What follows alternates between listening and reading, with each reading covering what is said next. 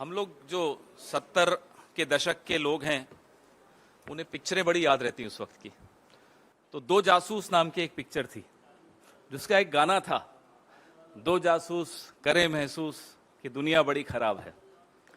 ये जो हमारे यहाँ दो जासूस हैं, इस देश के जो दो जासूस हैं, उन्हें किसी पे भरोसा नहीं, न अपनों पे, न मीडिया पे, न न्यायपालिका पे, न परायों पे, न एनजीओस पे, न सिविल सोसाइटी पे, आप लोगों पर तो बिल्कुल नहीं है।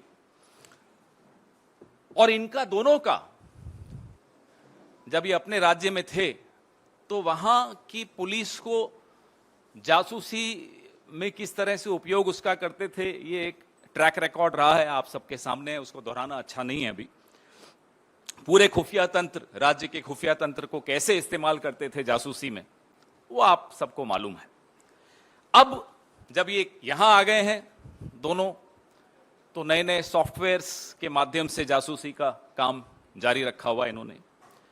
करोड़ों रुपए, हमारे और आपके टैक्स पेयर के करोड़ों रुपए, ये ऐसे उपकरण, ऐसे स्पाईवेयर, ऐसे जो इजराइल या अलग अलग टेक्नोलॉजीज आती हैं, वो खरीद कर लगा रहे हैं। ये क्यों करते हैं ऐसा? इसका एक साइको एनालिसिस भी आप में से कुछ लोग अगर करना चाहें तो आपको करना चाहिए।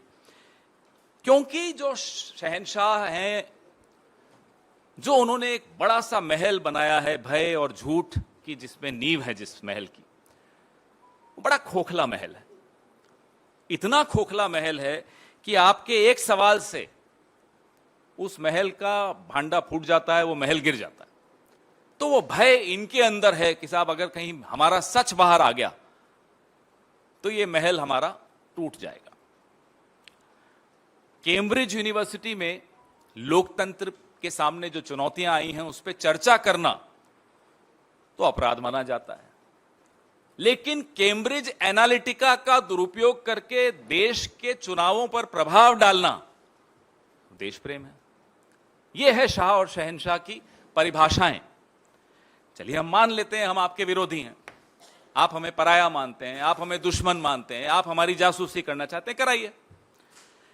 लेकिन अपने ही मंत्रियों के फोन में पेगासस क्यों? अरे आपके मंत्री हैं किस काम के कि उनके फोन में आपको कुछ मिल जाएगा? हाँ, इतना मालूम पड़ जाएगा कि कहीं वो उद्घाटन करने नहीं जा रहा हो अकेले, कहीं रिबन काटने कहीं स्मृति जी नहीं चली जाएं, या निर्मला जी नहीं चली जाएं, या पीयूष गोयल जी नहीं चले जाएं, या अश्विनी वैष्णव जी नहीं चले जाएं। इससे ज्यादा तो आपको अपने मंत्रियों से उम्मीद भी नहीं करनी चाहिए कि कुछ वो होगा उनके पास। आपने छोड़ा क्या है उनके पास? तो आप अपने ही मंत्रियों, अपने ही देश के पत्रकारों, अपने ही देश के विपक्ष, अपने ही देश की न्यायपालिका, अपने ही देश के लोगों के खिलाफ करोड़ों रुपए इसी देश का पैसा उपयोग करके, दुरुपयोग करके लगाते हैं और जासूसी करते हैं। पहले कैम्ब्रिज एनालिटिका तो मैंने जिक्र किया, उससे पहले अगर आपको याद हो फरवरी में मैंने ही इस पर प्रेस वार्ता की थी। टीम जॉर्ज, मैं और सुप्रिया जी ने यहां बैठकर प्रेस वार्ता की थी, मुझे याद है। इजराइल के जो हैकर्स हैं उनका उपयोग करने की आरोप इन पर लगा। पेगासस की जब मामला बहुत आगे बढ़ गया, और आपको याद है कि सुप्रीम कोर्ट की टिप्पणी भी आपको याद है कि सरकार ने कमेटी के साथ सहयोग नहीं किया, और आज भी वो सील्ड कवर में बंद है। पेगासस जब बहुत बदनाम हो गया तो जो मिनिमम गवर्नेंस मैक्सिमम सर्वेलेंस वाली सरकार है, ये अब नया स्पाईवेयर मार्केट में ढूंढ रही है, और आरएफपी भी इन्होंने निकाला हुआ है एक पर्टिकुलर डिपार्टमेंट ने। ये कॉग्निटो नाम है इसका। तो कॉग्निटो के माध्यम से, कॉग्निटो इसलिए कि इसके बारे में ज्यादा जानकारी नहीं है, कहीं ज्यादा ब्लैकलिस्ट नहीं हुआ, इस पर आप लोगों ने या किसी ने ज्यादा लिखा नहीं। तो जो ट्रेडिंग डेटा है, एक प्रमुख समाचार पत्र ने निकाला है, कॉग्नाइट स्पाईवेयर उपकरण खरीदा गया है जो पेगासस का विकल्प है, इस देश में अभी लाया जा रहा है। और पेगासस की जो प्रणाली है उसकी तुलना में इसका प्रोफाइल इतना हाई प्रोफाइल नहीं है कि जिसके बारे में बहुत चर्चा हो गई हो देश में या विश्व में। लेकिन जो अमेरिकन लॉ फर्म है एक, मैं आपको ये भेज भी रहा हूं, जो उनका कोट है कॉग्नाइट के विषय में, वो मैं पढ़ के आपको जरा सुनाना चाहता हूं कि वो कॉग्नाइट को वो क्या परिभाषा इन्होंने दी है। कॉग्नाइट ने नियमित रूप से दुनिया भर के पत्रकारों, सबसे पहले आप ही लोगों का नाम आ रहा है, हम तो बाद में आएंगे, असंतुष्टों, सत्तावादी शासन के आलोचकों, विपक्ष के परिवारों और मानवाधिकार कार्यकर्ताओं को उनकी जानकारी के बिना निशाना बनाया और इन लोगों से जानकारी हासिल करने के लिए हेरफेर करके या उनके उपकरणों और खातों से समझौता करके उनके बारे में खुफिया जानकारी एकत्रित की। ये जो साहब नया उपकरण खरीद रहे हैं, स्पाईवेयर खरीद रहे हैं, उसके बारे में अमेरिकन लॉ सेंटर, एक लॉ कंपनी है, वो क्या कहती है मैंने आपको पढ़ के सुनाया। 120 मिलियन यानी कि 986 करोड़ का इस पर सार्वजनिक धन खर्च होगा।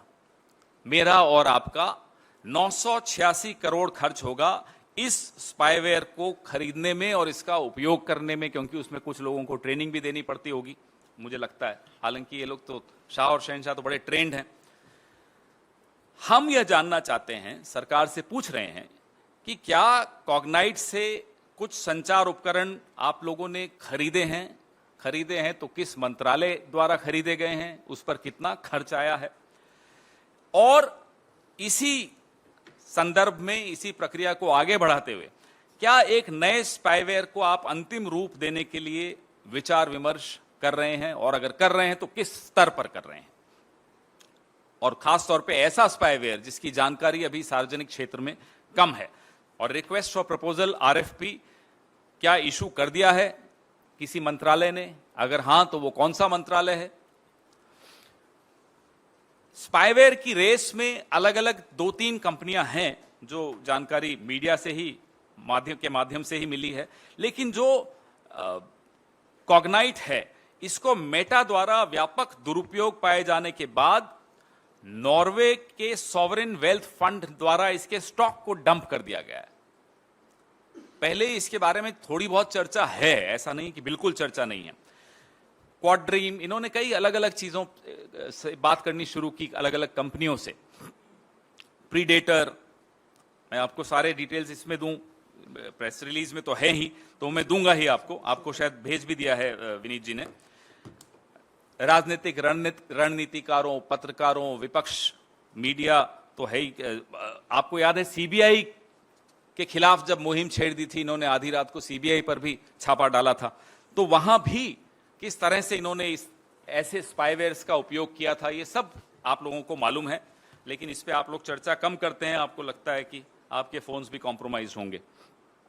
2019 से पहले पेगासस था, तो 2024 के चुनाव से पहले अब ये कॉग्नाइट का सहारा लिया जा रहा है। इस दौरान बीच में कैम्ब्रिज एनालिटिका का मैं आपको बता ही चुका हूं।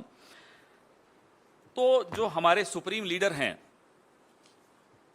उनसे हम एक आग्रह भी करना चाहते हैं इस प्रेस वार्ता के अंत में कि आप हम सबके घरों में ताक झांक करने के स्थान पर जरा सा कुछ वक्त के लिए अपने गिरेबान में झांक लें, कई जवाब मिल जाएंगे।